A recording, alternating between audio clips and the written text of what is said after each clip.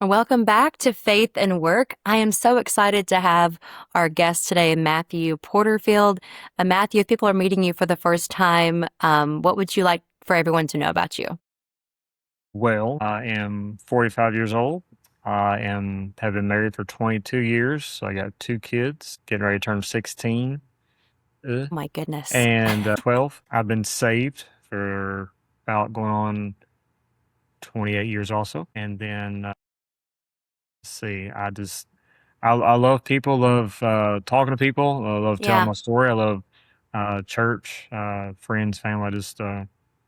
I'm a do it all type of person. So yeah, I love doing a lot of stuff. So yeah, for sure. You yeah. do a lot. I've heard parts of your story before that you told at church, and I was shocked at all the different sporting events that you do and the job that you do, and you are involved in a lot. And so I want to get to all that you do, but Yeah. first, this part of the series that we are working on with Faith and Work is faith in our community. And I really wanted to bring different people onto the podcast who have stories that they've lived and walked through chapters that kind of put them in a different demographic. And sometimes we don't know how to talk to people, and it's a hard, awkward middle ground. But I want to bring some awareness to it, and so I would love for you to kind of tell your story, the story that you've probably told 100 times or more, but kind of take us back to the beginning. So, those that don't know me, I am a paraplegic. Uh, from my chest down, everything's my waist, just from my chest down. Takes you the story of my life, I guess, background story about me and how I got this far. Um, so, grew up in a Christian home, going to a Christian school, in church all my life, my young life, from the time I was born on. Graduated from a Christian school. Um, Went to church all the time. The doors are open, everything like that. So I did a lot with church. Grew up in a small little country church in South Knoxville, and I knew my rights and wrongs, Yeah. type thing. My parents were godly parents. They took care of me, and guided me in the right steps that I should take. And I couldn't be more proud of my parents and what they've done Mm-hmm. for me. Me and my sister. I have a sibling. She's older than me.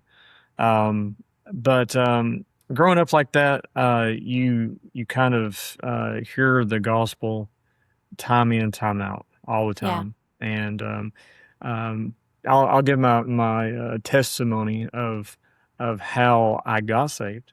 Mm. So growing up like that, you hear a lot of this and that, and when you're young in school, and in our Christian school, we had chapel Mm-hmm. just about every day, and it's like a 9 or 10 o'clock era, and we would go and we listen to the preachers and stuff like that. And I'm like 7 years old in first grade, and I'm sitting in my pew, big long pew with my classmates, and I remember the preacher, asking if anybody had been saved, anybody wanted to be saved, and of course, and we're supposed to bow our heads and close our eyes, but as we're young, we do not.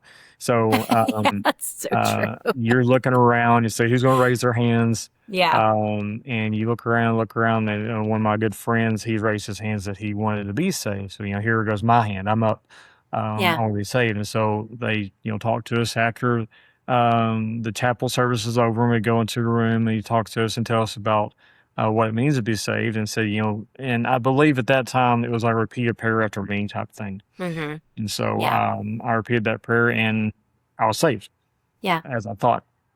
And so I went through my whole life, thinking, I'm saved, I'm saved, I'm saved. Then I get into my teen years, and the teen years, you're not as um, disciplined as you should be, as you want to be. Yeah. And so I went through that stage, although I went to a Christian school, Christian home type thing, and I wasn't bad. I wasn't Yeah. that type of person, but I wasn't living my life like I should be, like a Christian should. Mm-hmm. Um, so I went through my teenage years like that, going through high school and getting ready to graduate. And so I remember me and some friends used to always go around. We used to go cruising up in Gatlinburg. Yeah, that was a thing back then. We used to go on the weekends. We go up there cruising until like midnight or one Yeah. o'clock in the morning, and just ride up and down the road. And the point was to try to find a girl and just to Oh yeah, to of course. talk Yeah. to. Yeah.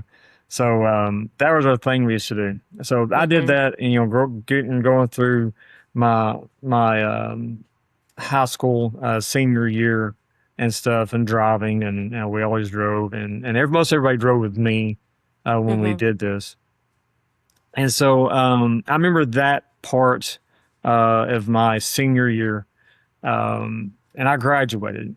As I graduated, still going through that stage of kind of rebellion type thing. And I remember um, going through church and getting this feeling that, maybe I'm not saved. And I'd always go Mm. back.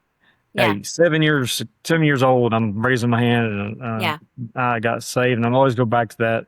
And what it was is that I had the devil really try to say, it's you're fine, Mhm. and Mm. realistically, I wasn't. So for about 2 weeks goes by, and I remember just being back in the back pew, like all the teenagers used to be back in Yeah. the very back and trying to hide from everything.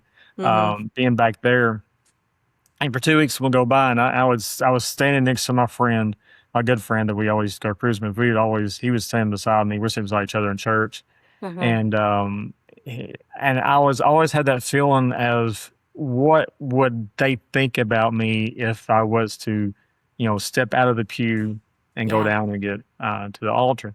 And for weeks go by, I always thought about that. I was like, what would they think about me? What would they think about Mm. me? So finally, one time, it was on June 20th, actually, June 20th of 1998.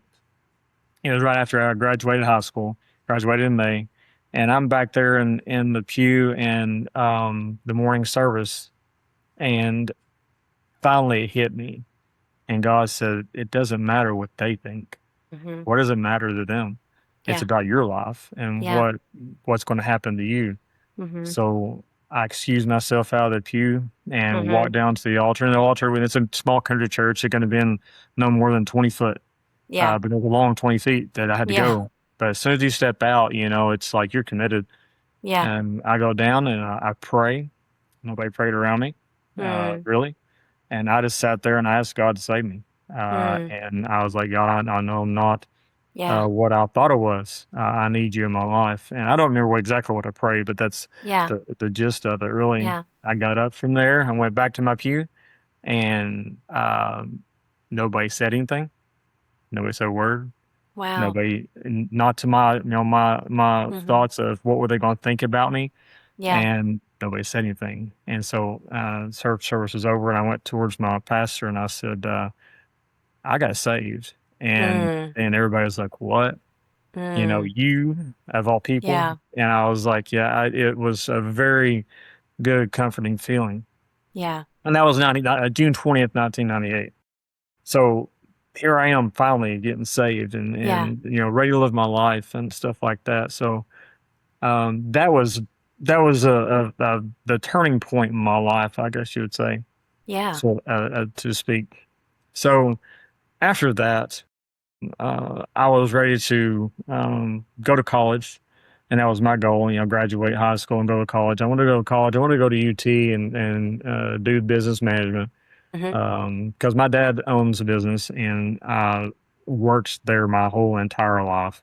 Yeah. Summers were working at there, and Mhm. every weekend working there, and that's all I did. And I wanted to to foresee the business along. And so that was my Yeah. goal, to go to college. And I remember, because I was still 17 at the time, living at home with my parents. And I remember asking them, I had a car. Well, I had a car, and Yeah. I drove it. And I was like, I want to get a motorcycle. And so I told them I was going to get a motorcycle because it would save on gas. And that was not really my intention. That was my intention, was to drive it up to Gatlinburg and go Of cruising with course. it. Yeah. Yeah, because girls like bikes. Of Uh, course. yeah, and so and my friends were the same way. Mm-hmm. So my mom and dad were like, no, no, you don't need a bike. Yeah. And I used to have a dirt bike when I lived in Jefferson City for like 16 years, and then we moved to Knoxville. And so, when I was 16, and so I didn't bring the dirt bike. And where we were at, we had a bunch of acres there, and it was a lot of property where you could drive. And so my motorcycle dreams went to this side. I was going to wait till I Mm-hmm. turned 18 and do my own thing. Yeah. So while I was in church, there was a couple of guys that lived up in Maynardville, not Maynardville, Maryville, and they had dirt bikes. And they'd always invite us up to their house after church. The time between, as Baptists are, between church periods, you had that Of course. window to Mm-hmm. do whatever you want to, and then we go back to church. So I go up to their house in Maryville, and we would ride their dirt bikes. And so one time there was this dirt bike inside the garage that was for sale, and I asked them about it. And they said, "Yeah, it's for sale." And they told me how much it was. I was like, well, I can't have a dirt bike. I can't have a motorcycle, so I'm Yeah. gonna get a dirt bike. And I saved money, and that's what my dad instilled with me about saving money, especially when I was young. And it helped me buy my first car and stuff like that. And so I'm saving money. And so I go to my parents and I'm like, if you can't have a motorcycle, but we got all this property. I said, can we buy a dirt bike? Well, the first thing was like, no, we don't need to get a dirt bike. And I kept on and on. You try to keep on and on to your parents. Yeah. And I was like, what about dirt bike? Throw a dirt bike. And it's like, all right, you got your money. It's fine. Get a dirt bike. So I got a dirt bike. So it was exciting. I paid for it. And my friends were like, oh, yeah, come on, let's go over to your house for a ride around.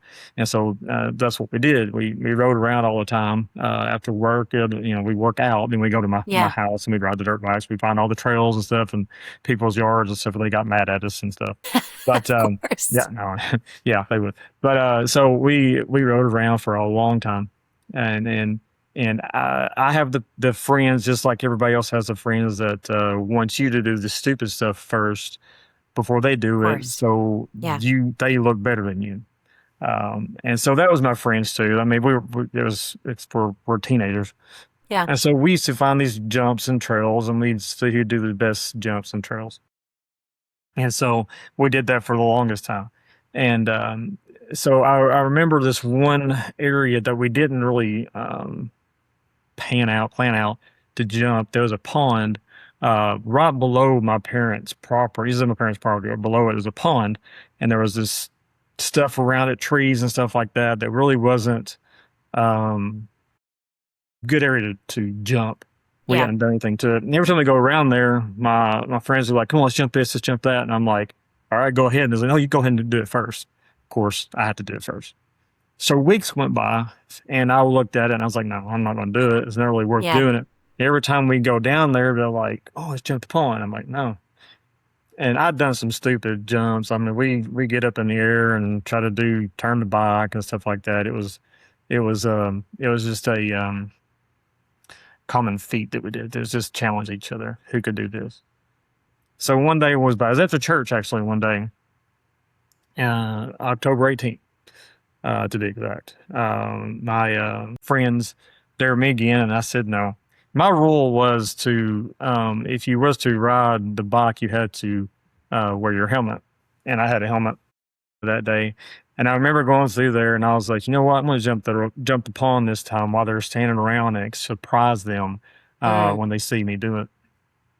So I went through the woods, and I was like, you know, what if I fall into the water and mess up my helmet? We wouldn't be able to ride the rest of the day. I've done stupid stuff before. I'm good. So what I do is I go through the woods, and I lay my helmet down. I lay my helmet down and go through, and I do this run and jump, and my friends are standing around me, are standing around and don't know what I'm getting ready to do, and I'm getting about 45 miles an hour for what I expect. And I come up to the pond and I jump the pond. As I jump the pond, I make it on the other side, and the bike stops. As the bike stops, about doing 45 miles an hour, I keep going. As I keep going, I land head first into the mud and stuff and the rocks in front of me. As I land to the rocks and mud, I'm just bam, land head first, and then I'm knocked unconscious. As I'm knocked unconscious, what happened there is my T5 vertebra shattered. My T5 vertebra shattered as an impact hit, and it cut my spinal cord. It Wow. cut my spinal cord, and then it paralyzed me from my chest down. I'm unconscious. I'm not breathing. Actually, my brother-in-law is there too, and they all come around me and hold my head apparently, and turn me over, and they're yelling at me to breathe, yelling at me to Yeah. breathe. And finally, I breathe, and I have blood in my mouth where I bit my tongue when I Yeah. landed, and stuff like that. And finally start breathing, apparently, and call the ambulance. My best friend that was there, one of the guys that dares me to jump, my best friend runs up to my mom and dad's house. He's a jokester of all people, and he runs up to my mom and dad's house and is like, Matthew had a wreck, and they didn't believe him at first. I thought he was joking. And he's like, no. He grabs the phone and calls 911. So that happened. And this all happened on October 18th, which is 2 weeks almost to the day from my 18th birthday. I Wow. just turned 18. And So were so you a senior in high school at this time? I just graduated. You just I graduated. So that May graduated before I just graduated. Wow. from Okay. May, and then of course June I got saved, and then October 18th. Wow. So 4 months in between. I look at it that way. And I like I said, I stopped breathing, and Yeah. I start breathing again. Thank God, of course. And I go back and I look at it. I'm like, that 4 month period, if I had not um, put down my pride Yeah. about what's going to happen to me, what do they think Yeah. of me, what's going to happen, am I going to get I need to go get saved. What would have happened in those few short months if I hadn't have done that? What if I hadn't accepted Christ as my Savior? I may not have been here, Yeah. living in hell right now because of a simple pride act, and and that's what teenagers go through. Yeah. Pride, don't want to put it down, and that's my testimony. Is short, sweet. I say short. I kind of took a long time telling you that, Yeah, but you're good. that's my testimony is that thank God that I Yeah. listen. You got that. I believe that you can't be saved without conviction, and that's what did. Thank God that he brought me through, those 17 years Yeah. of thinking I was, 10 years so thinking I was saved, and then I finally, accepted it. Um, and then my life begins over again Yeah. after this accident. So, Yeah. So how that is such a um life-changing event. When did you realize that you were paralyzed? so everything that I just told about the wreck and me jumping the pond, um, and then about 2 weeks after, I do not remember. I don't remember jumping the pond. I don't remember um, ambulance. I don't remember going to the hospital. I went to two hospitals. Went to UT first and had a Wow. surgery on my back. They took cleaned out the vertebra that shattered, took a bone graft out of my hip and put that bone back in my back, and then I got two titanium rods on each side of my back, keeping me stable. From there, I went to Patricia Neal Rehabilitation Center for about 2 months. Like I said, I don't remember 2 weeks. I don't remember UT. I don't remember at least about a week of Patricia Neal. Wow. One, because of unconscious, I guess. Two, because of drugs that they Yeah. had in my system. Um, so I don't remember that. But I do remember after that, I should say, of going through um, therapy day in, day out. It's like a job, Monday through Friday, basically getting up 8 o'clock in the morning until 5 o'clock in the afternoon, short breaks in between. And that's all I had to do was learn how to uh, um, live again in a Yeah. different way. I'm 18 years old, ready to live my life, ready to go on and go to college and do this, do that, and have a life. And here I am, not able to do anything to move my arms. Yeah. And I thank God about this and give God glory that I have a attitude of it's everything's a challenge Yeah. to me, and I Mm-hmm. accept it, and Mm-hmm. that's where I have I don't I really don't know where it comes from. I just do Mhm. it. I don't. It's not Yeah. something I'm just deep down inside. It's just in me Yeah. that I accept. And so I remember my dad told me. My dad was one of those. He was there all the time. My dad told me that Mhm. while I was still under the medicine and stuff like that, I was in a state of I don't want to Mm. type thing. I didn't want to do the therapy that they wanted me to do, Mhm. and I would say I can't. I Mm. said I can't one time, and my dad said Porterfields don't say can't, and I looked at him and I said, well, I just don't want to. Mm. But Yeah. after that, I did it, and then Mhm. I like to prove a lot of stuff wrong Mhm. that I can Yeah. do it, although you don't think I can. Can't. So I, it's one of those things that I thank God for giving me that strength. Yeah. So um, after all that, you can go through a lot of doubting, a lot of Mhm. transitioning into a different type of life, Yeah. being in a wheelchair for the rest of your life, and Mhm. there's always these hopes and dreams that somebody's going to have a cure for Yeah. paralysis, and that Yeah. happened while I was in therapy and stuff like that. Oh, there's going to be a cure. There's going to be a cure. It's been 20 something years Yeah. since that, and this has been going on for a long time, almost just like cancer. Yeah. You think there's a cure, there's not. Yeah. So you accept it, Mhm. go on with it, and try to enjoy it. Yeah. And I have. Yeah. And God's blessed me immensely Mm. with just life. Yeah.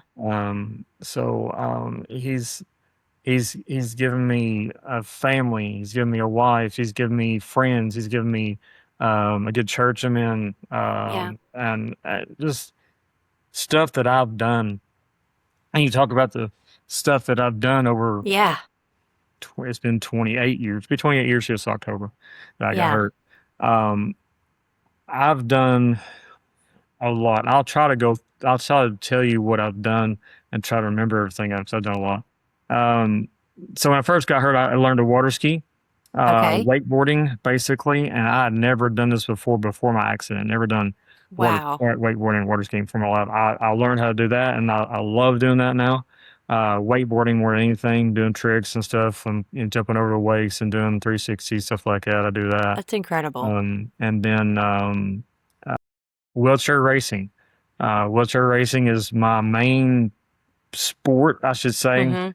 It's an individual sport. It's not really a team, although I've Mhm. made a team before. But wheelchair racing was a thing that a guy that was in my um, uh, that I worked out before I had my accident. I worked out at a place on Chapman Highway, and there was this guy, this paralyzed guy there. I didn't really know him, but I knew him, Mhm. type thing. And he learned about me getting paralyzed, and he came to my bedside there and talked to me a couple of times. And he said, Wow. hey, if you want, I have a racing wheelchair in my garage. I do not use. He works out. He's like big buff guy. Yeah. And he's like, I don't use it if you want to try it. So I tried it and I got out, and I just took off. And That's awesome. yeah, I didn't know anything about it, nothing about it. And I got gloves and wrapped them up with duct tape and pushed. That's not really what you're supposed to do, but that's what I did. So So how soon after your accident did you start, like, experimenting with, like, wakeboarding and wheelchair race? Like, how soon after did you start doing that? the summer after, so I got out. Cut out 2 days before Christmas. Wow. So I got out the 2 days before Christmas, and then had to learn stuff all over again. Yeah. And I learned how to drive again. I made was in therapy. I made them jack a bed up as high as my truck was because they wanted me to get a van. I'm 18 years old. I'm not getting a van. I got Right. a truck. Right. I've got a truck. I got a Toyota Tacoma. I had modified. And I was Mhm. like, jack this thing up. I'm gonna learn how to get in and get out Yeah. myself, and that's something I wanted to do. And Yeah. so I would So you did that in the hospital to kind in of the prepare hospital, yourself and so you then could drive it yeah. after. So but they Oh, bring the wow. truck to them. They would bring the truck to the hospital so I could practice there too. Oh, that's really Um, cool. yeah. So after that I would go home after I left to go home, and I would try out. I would Mhm. spend hours out in the driveway getting in and out of my truck, figuring out the best way to get in, get out, get out. I had to Mm. break my chair down to get it in, get it out, type thing, until I finally got it. And so Yeah. that took weeks to beyond belief, and it's blood, sweat, and tears, and falling out of the truck, several times. And I did that. But as far as Wow. getting and then they would use me to they call me and say, "Can you come up and show people how to get out of your vehicle?" And I was like, "Okay, well, Wow. it was good. I was good peer support." Anyway, so Mhm. how as far as getting in to do all the activities after my accident, it was probably the summer after. Wow. And you It had to still let your seems body really keep. fast.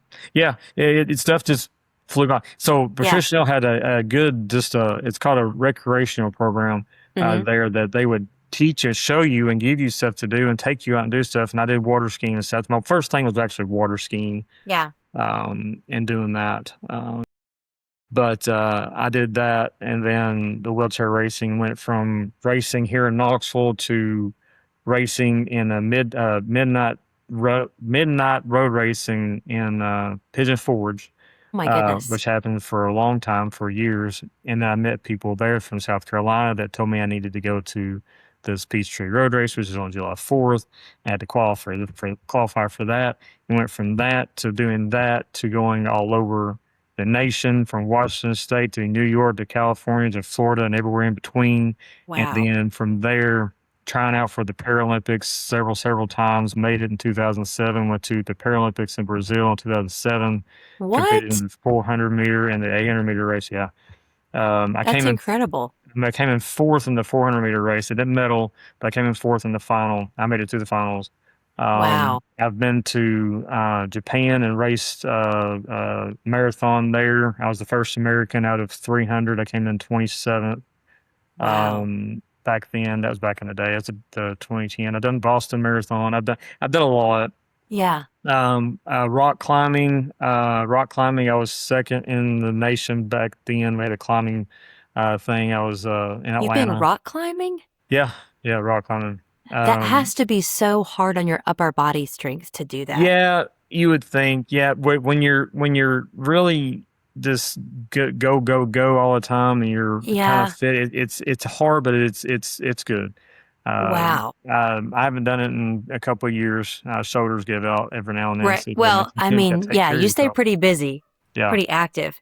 So I have to ask because you do more than most people who don't have an excuse. You do a lot. You stay very active. yeah, Um, so tell me a little bit about I'm really curious on a couple things. So I'm going to try to have individual questions because I have so you're many fine. questions after you were talking. But You're- how did how did your mom handle everything after your injury? I could only imagine if my kid was out in the driveway trying to get in his truck and falling, that would be so hard. So how was your Yeah, parents with helping you to grow, but yet giving you the space that you needed and all that? How did that work for your parents? they were very instrumental in letting me do my own thing. Yeah. Um, and I know my mom was probably really it was really hard for her probably.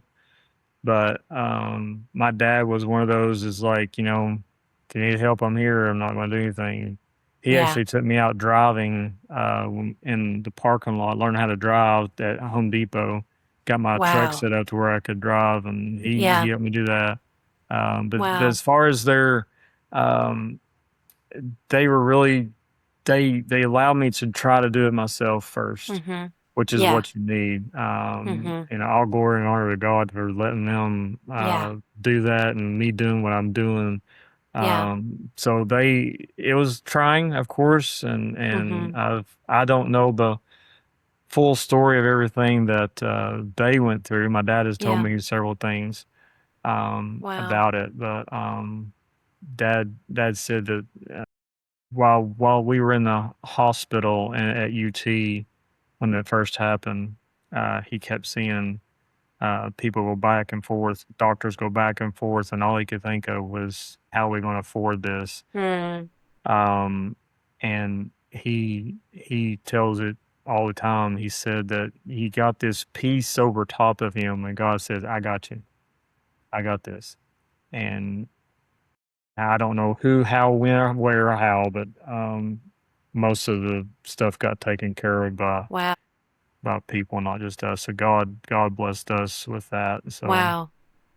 That's um, incredible. yeah, parents are very they relied on God, and that's Yeah. what we had to do. Yeah. So Wow.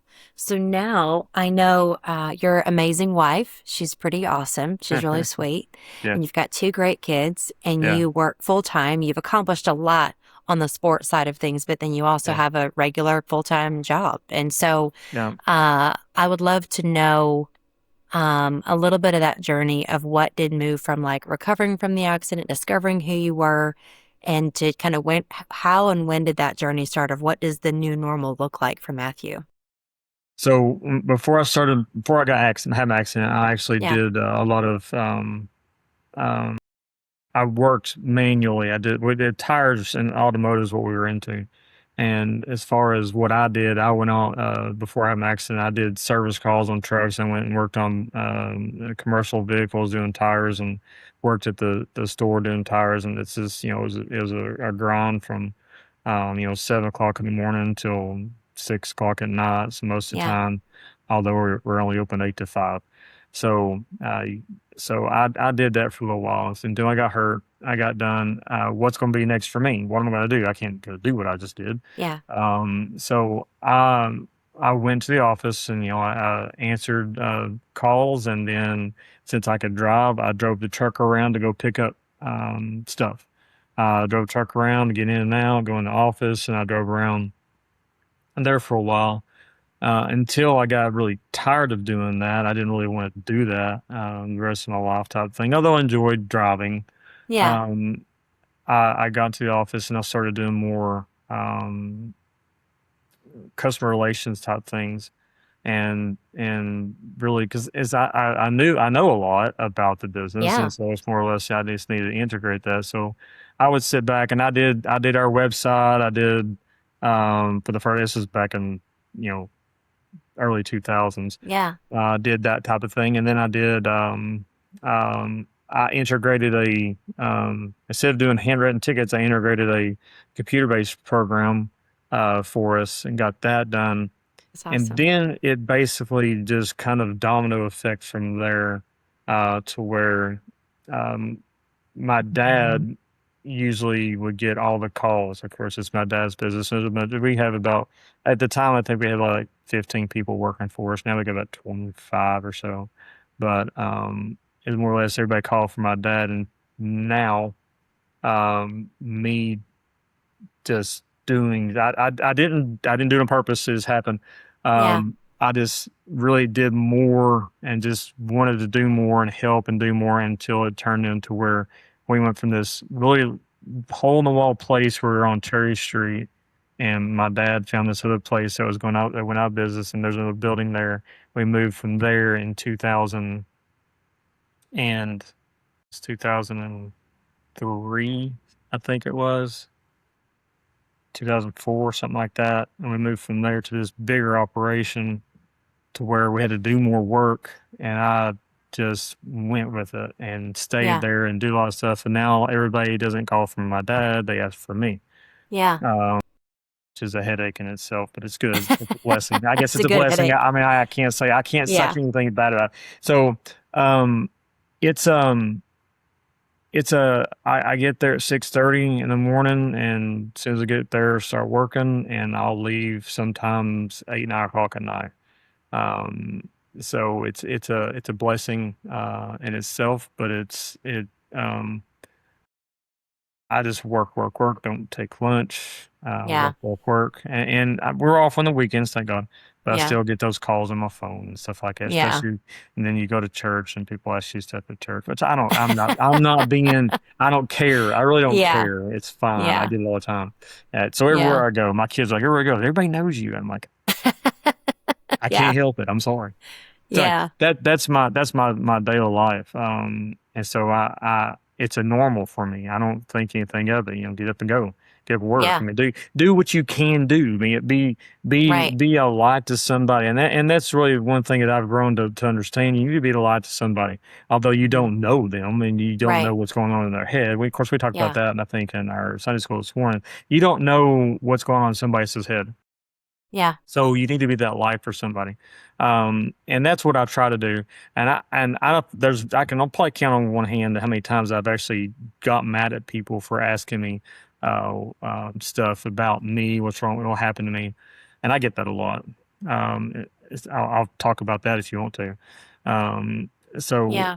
most of the time I'll get at work and I'm out, people are like, "What happened to your legs?" or "What happened to why are you in a chair?" and um, there's so many different versions of how they ask me. And Yeah. it's not the fact that they say, "Hey, my name's Rick," and "What's your name?" And then Right. they say, "How did you get injured in a chair?" No, it's like they come up to me and say, "What's wrong with your legs?" I'm like, Like so, total strangers will ask you so that? yeah, yeah. Yeah, Wow. it's wild. It's the That people is are very wild. bold, very very bold, and I roll with it, quote unquote. Get it? Yeah. Roll with it. So Right. I have fun with it most of the time. A lot of questions I get is like, how long have you been in a chair? And my favorite answer is, since about 5:30 this morning, I get out of them. So so I have fun with it, but then Yeah. they don't get it at first. Like, oh, I'm like, yeah, this is stupid fun. So I get the question about what's wrong with your legs. I'm like, there's nothing wrong with my legs. They're still there. Yeah. I mean, but then I go into the story, and then I go to the story. This is what happened. 18 years old, I had a wreck, a dirt bike wreck, and like, oh man, I'm so sorry. I'm like, dude, it's been like 20 some years ago. You ain't gotta be Right. sorry. I'm fine.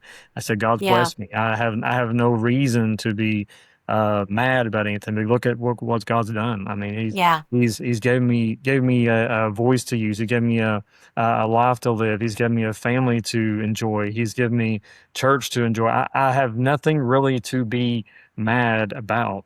Yeah. Um, so what? I can't walk. I mean, I think it's my opinion. Walking's overrated. If I would I take it back? No. I mean, I've done a lot of stuff. I've had a lot of fun. There's a lot of opportunities out there for me to do all this stuff, Yeah.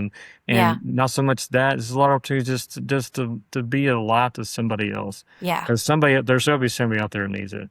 Oh, Um, yeah. so I And just with your story, you've had an opportunity to help so many other people who've either been in accidents or they know someone who has. And so God has just really used your story in some amazing ways. I don't really I don't think about it. I really don't. And Yeah. when you really think about it, it's like, why, and when you stop and you think, you're like, wow, like, look what he's done. Yeah. Um, and I need to do more of that and just thank God for what he's done for me. I do, but I don't, type thing. Yeah.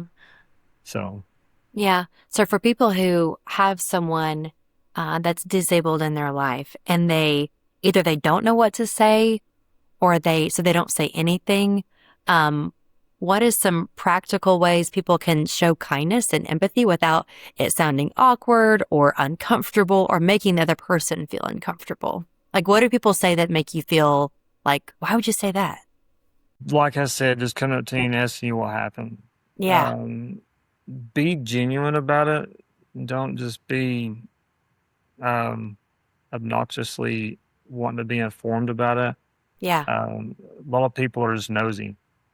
Uh, and if you really want to know something about it, say, hey, look, I hate to say, hey, I'm just wanting to know, why are you this way? What has Yeah. happened to you? What has brought you to this situation? Don't just be like, why do you look that way? Right. No, don't do Yeah. that. I mean, just be genuine about it. Say, look, Yeah. I'm just being nosy. I just want to know, and if is there anything I can do to help? Yeah. And most of the time, in my situation, like, no, there's nothing to do to help. Really, just get out of my way. But no, I'm not mean. I really am not mean. I'm not. I But don't you're get. a very independent person. Yeah, I am, and Yes. it's getting. I Most of the time now, I'm getting a little bit older now. I'm like, somebody wants to open a door, go ahead, open the door. It's fine. Um, But when you were first in your wheelchair, you yeah, really did you like when people opened the door for you, or did mm, that kind of offend you? yeah, I didn't like it. You didn't Didn't like like it. it at all. Yeah. I said, "Let me do it. I can do it. Let me do it." Yeah. Because I'm go down. I'd go down escalators, go down up escalators, and Mm-hmm. of course go Then down an the steps. Back. escalator? Yeah, it's another story. Yeah, they taught us that. They taught us that in therapy. Go down the escalator. You have to go down Wow. backwards. Yeah, that is a very trustworthy thing. Uh-huh. You have to go get to time yourself, get your back wheels on that step, and then to grab the rail and hold on the whole time. That's so scary. Oh yeah, it can be. Yeah. Going up is easy. Going down backwards is a little Yeah, trying. that's scary. Yeah, Yeah. it is fun. It's fun. People are like, Have "Oh you my done it gosh!" before? Like Oh actively yeah, out in public? oh yeah, all the time. Yeah, if Oh there's an man, that escalator, would I'm doing it. It's just fun. It's Yeah. fun. Yeah, Oh it's my fun. goodness. I bet it's But probably more fun for you watching everyone else's reaction it is. It to you is. It really doing is. it. It is. It's it. There. I play her. I joke around a lot. Yeah. I have like I said, I have fun with it. I mean, Right. use a tool to your advantage, Yeah. and look what you can do. Yeah. But yeah, the people that you meet. I mean, of course, there's several people that I've met and more people that I've helped out that just asked me to go talk to people, and I love talking to people. There's several people in churches asked me to go talk to other people that's had problems and had this Yeah. happen and that happen to them, and I just hope that whatever I can give to help them out. Mm-hmm. It's not. I I don't focus on what I'm saying. I'm just saying, hey, this is me. This is how you Yeah. can react. Keep God on your side Mm-hmm. and just go with it. I mean, Yeah. he's the main person that can keep you in where Mm-hmm. you need to be. You just Yeah. got to rely on him and have faith in him, and that's really what it is. It's all about Mm-hmm. faith. Yeah. So, Man, Matthew, I love hearing your story, and I've heard it before, but it's been a couple of years since I've heard it. yeah. Some of the details I forgot. Um, but you have accomplished so much. But even more than that, you've kept your faith and you've stayed so positive about everything. Mhm. For someone who might be walking through a journey right now and they're thinking, man, physically, my life looks different than I thought it would. And they're having a really hard time staying positive. And they're waking up and they're thinking, like, and this is not what I thought I signed up for. This is not the life I thought I wanted. What would you say to encourage them right now? Main thing is you can't go back. You can't go back and change it. Yeah. So why focus on it? And Hmm. there's no sense in focusing on something that happened to you in the past. That's not. How's that going to help? Yeah. Really, how's it going to help? You got to look forward. You got to look forward. You focus on your stuff, your steps forward. You got to look and see what's going to happen. Yeah. Uh, always trust in God. Always put your faith in God. Always trust in and pray and give him your burden. Honestly, Mm. give it to him. People are going to let you down. Yeah. Things are going to let you down. Life in general is going to let you down, but God won't. He's always going to be by your side, Hmm. whether you realize it or not. Open your Yeah. eyes, look and see what's out there for you, Hmm. and try to be the person for somebody else, Yeah. not for yourself. Mm. Um, you're not going to lift yourself up by yourself. So you're going to have people around you, and Mm. faith, family, and friends is what you need. Yeah. Uh, you know, you can't do it by yourself. Hmm. So Yeah. That's really good. If we have some people listening who maybe they have someone in their life who's walking through something and they want to help and they want to open the door and they want to go do all the things for them and they want to help them in and out of the truck, and they don't know how to be there, they don't know what to say. Um, and sometimes when we don't know what to say, either we avoid and we don't say anything and we just avoid people altogether, which is not the right answer either, or we put our foot in our mouth and we say the wrong thing. And so yeah, if someone has someone in their life that's recently gone through something physical, now they're walking through this path of being disabled, what would you say to that person? just be a friend. Don't don't overshadow them. Don't Yeah. overpower them. Be a friend, and don't try to do it for them unless they really need it. Yeah. Um, and don't leave them. Um, there's friends for a season Hmm. that want to help Yeah. and they can't in their Hmm. mind. Um, don't leave. Hmm. That's the worst thing you can do. If you want to Yeah. help, stick around. Hmm. Uh, just be a friend. Yeah. And that's and I've done that recently with people at church, and Yeah. just listen. Yeah. That's the main thing. Listening Yeah. helps a lot, and actually That's being genuine about it. Yeah, and that's so good because I feel like so many people, like you mentioned earlier, their version of helping is trying to either fix it or tell you about a surgery or tell you about a Yeah. doctor they heard about. Don't And yeah, don't say, right, "Oh, I've done this. I was in a wheelchair for 6 months." Boo-hoo. Okay, right, you're out now. right. Okay? Yeah, I get right. that a lot. "Oh, I know what you feel like. Yeah, I've been there. I've done that." Yeah, no, you haven't. You know, and Right. that's the thing. Don't give them a excuse that you've been there before, because you Yeah, haven't. right. So, don't do that. Yeah, don't do that. Yeah, that's good. Matthew, thank you for sharing your story and just how encouraging your story is from the beginning to where you are now. Um, and for someone who just meets you now for the first time, no one will probably ever realize all that you've come through and all that you've done. And you've done a lot, and Yeah. you live a beautiful life. Now you have a great family, you've got a great wife, Blessed. Yeah. and you've got a, I loved, I know your sister, but I thought it was really funny when you said my older sister, like you definitely made sure to point that out. Oh, So I'm, she likes to say that people think that I'm older than her, uh, and I was like, yeah, I tell her I'm more mature than you are. But there you go. no, There yeah, you go. I we have a love joke that. about it. It's not. She is. She's great, but you've got a great family. Yes, I And do. so I do. thank you for just sharing your story Yes. and sharing it so openly and honestly. And in this series of faith in our community, I feel like that's a common theme of when people live a life or live in a chapter of their life that's so different from our chapter. Sometimes we don't know how to handle it. And I think that common theme with every single guest in this series has been just be genuine, be empathetic, genuine. Um, and sometimes the questions that we ask come from a place of, I just wanted to know, I was just curious. Yep. But if we came at it from a place of like, I want to be your friend, Yep. just it comes off differently, it reads differently, and it's just so much more genuine. Yep. And it's exactly what Jesus told his disciples to do, was to be a friend. And so I think that rings true. And no matter what someone's walking through, if it's different than what I'm walking through, I can still be a friend to them. I don't need to have walked where they walked to be a friend to them. And don't So and one thing is just treat them like somebody. yeah, And it's really the way I get people that treat me like they don't see me in a chair. They just talk to me. hmm I mean, this is just something that helps me get around. that's awesome.